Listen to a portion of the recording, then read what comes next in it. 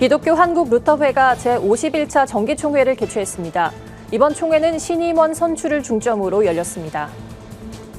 다음 세대를 세우기 위한 군선교 비전 2030 실천운동의 비전 선포식이 열렸습니다.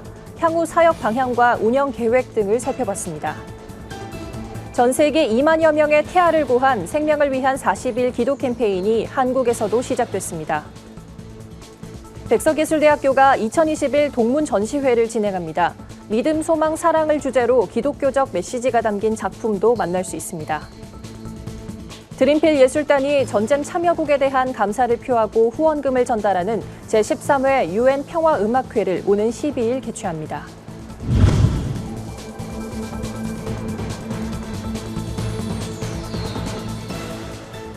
여러분 안녕하십니까? 구티비 뉴스입니다.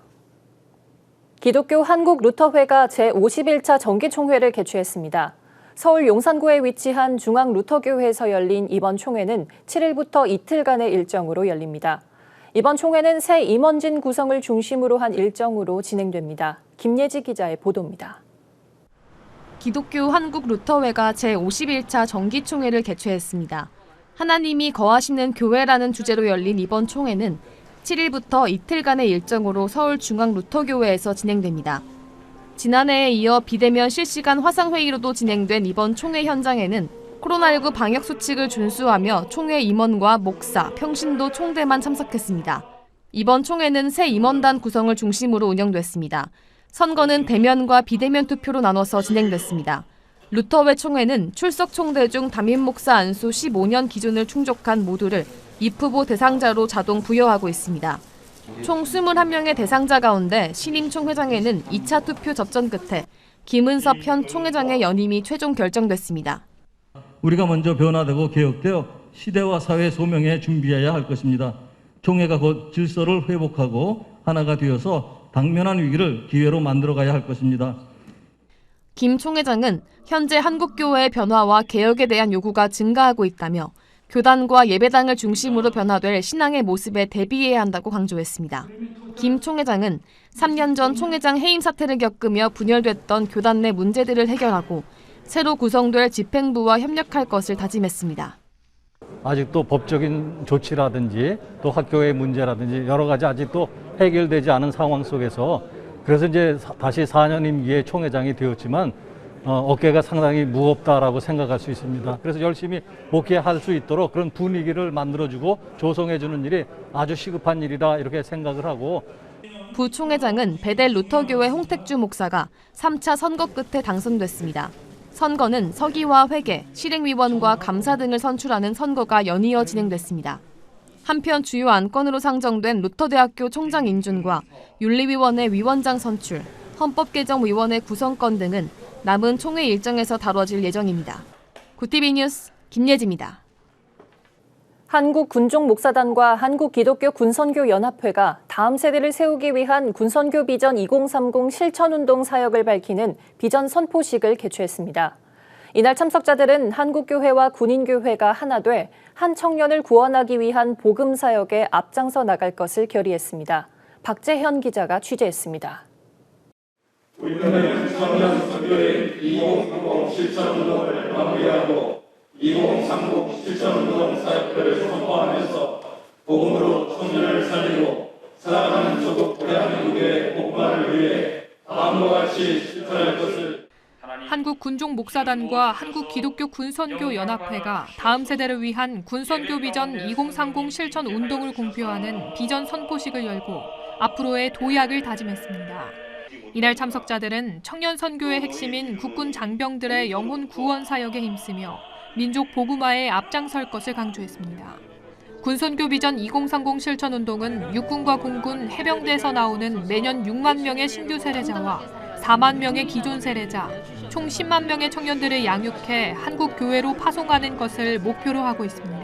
10년이면 100만 명의 청년들이 각 개교회로 파송되고 정착해 이들이 올바른 신앙인으로 성장해 나갈 수 있도록 한다는 설명입니다.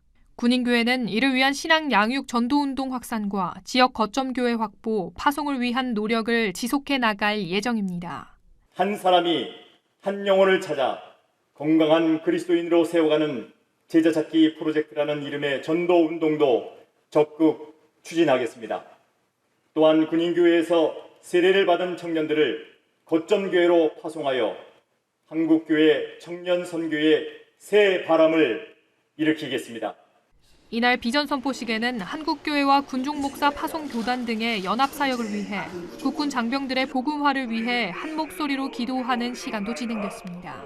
군선교연합회는 청년들이 안정적으로 교회에 정착하기 위해선 한국교회의 동참이 절실하다며 비전 2030 실천운동이 다음 세대 양육사역과 기도운동으로 이어질 수 있길 기대한다고 밝혔습니다. 굿TV 뉴스 박재현입니다. 영화 언플랜드에서 낙태 찬성자였던 주인공을 돌이킨 생명을 위한 40일 기도 캠페인이 한국에서 시작됐습니다. 영화는 미국에서의 실제 사례를 바탕으로 제작돼 전 세계로 확산하고 있는데요. 기도회는 유동인구가 많은 홍대에서 정해진 기도문을 가지고 진행되며 유력 정치인과 교계 지도자들이 참여하면서 눈길을 끌었습니다. 현장에 조유현 기자가 다녀왔습니다. 지나다니는 사람들의 발걸음이 끊이지 않는 서울 홍대 입구역. 이곳에서 보름 넘게 릴레이 기도회가 열리고 있습니다. 전 세계 64개국 900여 개의 도시에서 열리고 있는 생명을 위한 40일 기도 캠페인입니다. 비 오는 궂은 날씨에도 기도는 멈추지 않았습니다. 이 기도회는 영화 언플랜드에서 낙태 클리닉의 최연소 소장인 주인공을 낙태 반대자로 돌아설 수 있도록 했던 캠페인입니다. 영화는 미국에서의 실제 사례를 바탕으로 제작됐습니다. 지금까지 전 세계적으로 총 8천여 회의 기도 캠페인을 진행하면서 2만여 명의 태아를 구하고 200여 명의 낙태 산업 종사자들을 돌아서게 했습니다. 100여 개의 낙태 시설도 폐쇄됐습니다. 우리나라에서는 기독교와 천주교가 공동 개최하며 40일간 오전 9시부터 오후 9시까지 15분씩 교대해 1인 기도회로 진행됩니다. 하루 약 70명이 1인 기도회뿐만 아니라 홍대 인근을 거닐며 땅밟기 기도로도 동참하고 있습니다. 낙태 반대 운동을 펼쳐온 프로라이프 김현철 고문도 이날 캠페인에 참여하며 태아 생명의 중요성을 강조했습니다. 미국에서 이 40일 기도 운동을 하는 것을 보고 20년 전부터 굉장히 부러워했습니다. 모든 사람이 우리를 주목해 주진 않아도 1000명 중에 1명이라도 우리의 모습을, 태아의 모습을 보고 마음을 돌이키게 되기를 그렇게 기대하고 있습니다. 캠페인 첫날에는 국민의힘 대선 주자인 최재형 전 감사원장과 아내 이소영 권사가 기도자로 나서 이목을 끌었습니다. 최 후보는 이날 국가의 첫 번째 의무는 국민의 생명을 지켜주는 것이라며 스스로 목소리를 내지 못하는 자들을 돌보겠다고 밝혔습니다. 온누리교회 등 대형교회 차원의 동참도 이어지고 있습니다. 기독교 대표로 참여한 아름다운 피켓 서윤아 목사는 교회가 낙태 문제에 관심을 가지고 목소리를 내야 할 때라고 말했습니다. 지나가는 사람들을 위해서 이 사람들이 이 메시지를 보고 그분들의 마음 가운데 생명의 소중함이 심겨지고 생명을 소중히 여기는 그 사실이 다른 분들에게도 또 이렇게 전달되어질 수 있도록 또 목회자분들이 또 용기 내셔서 교회 내에 생명의 소중함을 알리셨으면 좋겠습니다. 캠페인에 참여하기 원하는 이들은 40일 기도국제본부 홈페이지에서 신청할 수 있으며 캠페인은 오는 31일까지 진행됩니다. 굿TV 뉴스 조유현입니다. 백석예술대학교가 2021 동문 전시회를 진행합니다. 현재 활동 중인 졸업생 작가들이 함께해 의미를 더하는데요. 이번 전시회는 기독교적 메시지가 담긴 작품도 소개됩니다. 한혜인 기자의 보도입니다. 위로가 필요한 사람들에게 우산을 씌워주는 예수 그리스도의 사랑을 표현한 백석예술대학교 동문 민숙현 작가의 작품입니다. 백석예술대학교 2021 동문 전시회가 믿음, 소망, 사랑이란 주제로 막을 올렸습니다. 전시회는 총 20명의 백석예대 동문 작가들의 작품이 소개됩니다. 회화와 시각 디자인, 공간 환경 디자인, 만화 애니메이션 전공 졸업생들이 함께했습니다. 백석예대 디자인 미술학부장인 황정혜 교수는 6일 오후 5시에 진행된 전시 오픈 행사에서 코로나19로 어려운 시대 사람들에게 위로와 희망을 전하기 위해 전시를 열게 됐다고 밝혔습니다. 이번 전시에선 반려동물과 어머니의 바다, 평화 등 다양한 주제의 작품 40여 점을 만날 수 있습니다. 박미숙 작가의 명화 속 예수 그리스도를 재해석한 작품과 김시연 작가의 보자기 작품 등 기독교적 메시지가 담긴 작품도 다수 포함됐습니다. 저희가 기독교의 대학이기 때문에 요즘에 현대 미술하는 저희 학생들이 또는 작가들이 사실은 그리스도의 의미에 대해서 시각적으로 전달할 방식이 익숙치가 않아요. 그래서 저 나름대로 명화 속에서 보이는 어떤 그런 이미지들을 재해석하는 그런 작업을 했습니다. 도자기는 여러 가지 많은 것을 품을 수 있다는 거에 대해서도 의미가 되게 커요. 어머니가 아이를 품듯이 하나님이 또 세계를 품듯이 어떤 형상적인 물건이 아닌 어떤 모든 것을 품는다는 의미에서 되게 큰 뜻을 갖고 작업을 하고 있습니다. 전시는 오는 15일까지 서울 서초구 백석예술대학교 백석비전센터 3층 비전 갤러리에서 진행됩니다. 굿TV 뉴스 한혜인입니다. 드림필 예술단이 오는 12일 성남아트센터에서 제13회 UN 평화음악회를 개최합니다. 예술단 측은 UN 평화음악회를 통해 해마다 전쟁 참여국에 대한 감사를 표하고 후원금을 전달해왔습니다. 이번 음악회는 한국전쟁기념사업회가 주관하고 굿TV와 극동방송의 후원으로 마련됐습니다. 드림필 예술단 김영숙 단장은 한국전쟁 당시 유엔군이 돕지 않았다면 지금의 우리나라는 없을 것이라며 평화가 쉽게 얻어진 게 아니란 사실을 기억하며 감사를 표하고 싶다고 전했습니다. 동성애 동성혼 반대 국민연합과 진정한 평등을 바라며 나쁜 차별금지법을 반대하는 전국연합 복음법률가회가 표현의 자유를 말살하는 국가인권위원회의 만행을 규탄하는 성명서를 발표했습니다. 단체들은 인권위가 지난 9월 1일 안철수 국민의당 대표가 퀴어 축제를 거부할 권리도 존중받아야 한다고 한 발언에 대해 혐오 표현이란 결정을 내렸고 지난 6일 제주도 도의원이 동성애를 좋아하지 않는다고 한 발언에 대해서도 마찬가지의 결정을 내렸다고 말했습니다. 그러면서 인권위의 이러한 결정은 견제와 균형에서 벗어난 채 무소불위의 권력기관이 되고자 하는 처사라며 표현의 자유를 말살시켜 국민들의 입에 재갈을 물리려 한다고 주장했습니다. 백석대학교 신학대학원 교수들이 직접 찬양한 모습을 담은 뮤직비디오를 공개했습니다. 코로나19로 지친 한국교회 성도들을 위로하기 위해 제작된 뮤비엔 임석순, 임원택, 이성혜 등 6명의 교수가 참여했으며 교수 연구실, 학내 스튜디오 등 다양한 장소에서 촬영했습니다. 영상을 본 약 15,000여 명의 시청자들은 가슴이 먹먹해 눈물이 난다, 찬양을 통해 큰 위로와 힘을 얻었다 등의 반응을 보이고 있습니다. 동영상은 유튜브 종리스찬TV 운영자이자 백석대 신대원을 졸업한 이종찬 전도사가 제작했습니다. 오늘의 이슈 포커스입니다. 앞으로는 살균제의 안전 정보를 QR코드로 확인할 수 있게 됩니다. 환경부와 한국환경산업기술원은 안전 확인 대상 생활화학 제품의 신고 번호와 화학 물질 성분 등을 스마트폰 카메라로 쉽게 조회할 수 있는 QR코드 표시 시범 사업을 이달 중순부터 시작한다고 밝혔습니다. 시범 사업은 39개 종류의 안전 확인 대상 생활화학 제품 중 물체 소독용으로 사용 빈도가 높은 살균제 품목을 대상으로 합니다. 참여 업체 현황은 인터넷 초록누리 홈페이지 등에 게시될 예정입니다. 스타벅스 커피 코리아 매장 직원들이 7일 과중한 업무 부담을 호소하며 처우 개선을 촉구하는 트럭 시위를 벌였습니다. 스타벅스 직원들은 이날 오전 10시부터 트럭 2대에 처우 개선을 촉구하는 전광판을 단 채 강남과 강북으로 나눠 시위를 진행했습니다.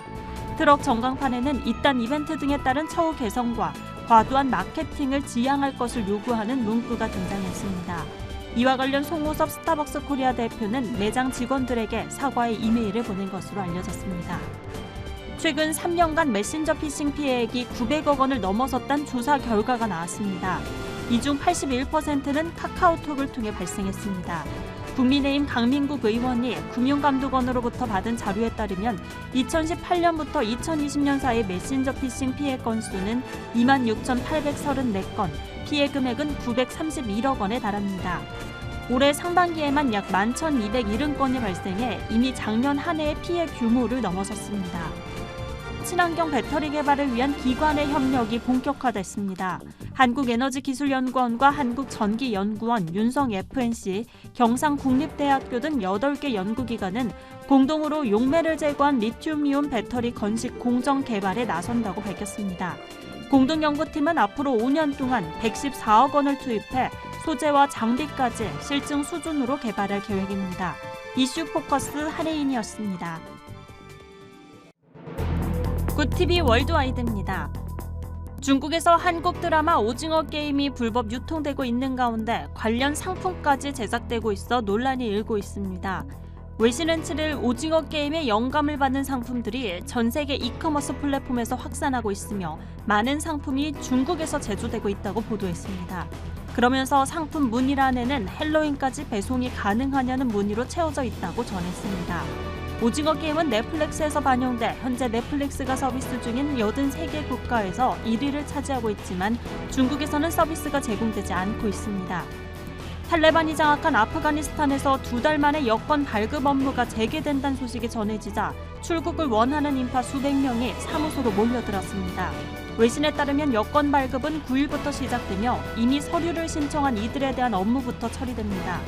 하지만 이러한 공지에도 탈출이 절박한 주민들이 사무소로 몰려들면서 업무가 마비됐습니다.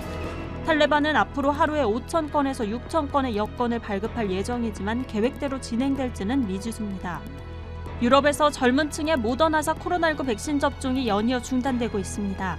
스웨덴은 30세 이하에는 모더나사의 코로나19 백신 접종을 중단하기로 했습니다. 스웨덴 보건당국은 모더나 백신을 접종한 미성년층과 청년층에서 드물게 심근염과 심낭염이 증가했다는 보고가 있어 이같이 결정했다고 밝혔습니다. 덴마크도 같은 이유로 18세 미만에는 화이자 백신만 접종하기로 했습니다. 노르웨이는 미성년층의 화이자 백신만 마치고 있으며 핀란드도 청년층에 대한 모더나 백신 접종 중단 여부를 곧 결정할 방침입니다. 베트남이 올해 연말에 코로나19 백신을 맞은 외국인들의 주요 관광지 방문을 허용하는 방안을 검토 중입니다. 로이터 통신에 따르면 베트남 정부는 코로나 확산세가 통제된 저위험 국가의 백신 접종자들을 대상으로 오는 12월부터 주요 여행지를 개방하는 계획을 추진하고 있습니다. 앞서 베트남은 다음 달부터 백신을 맞은 외국인들에게 휴양지인 남부 푸꾸옥을 개방한다고 발표했습니다. 월드와이드 한혜인이었습니다.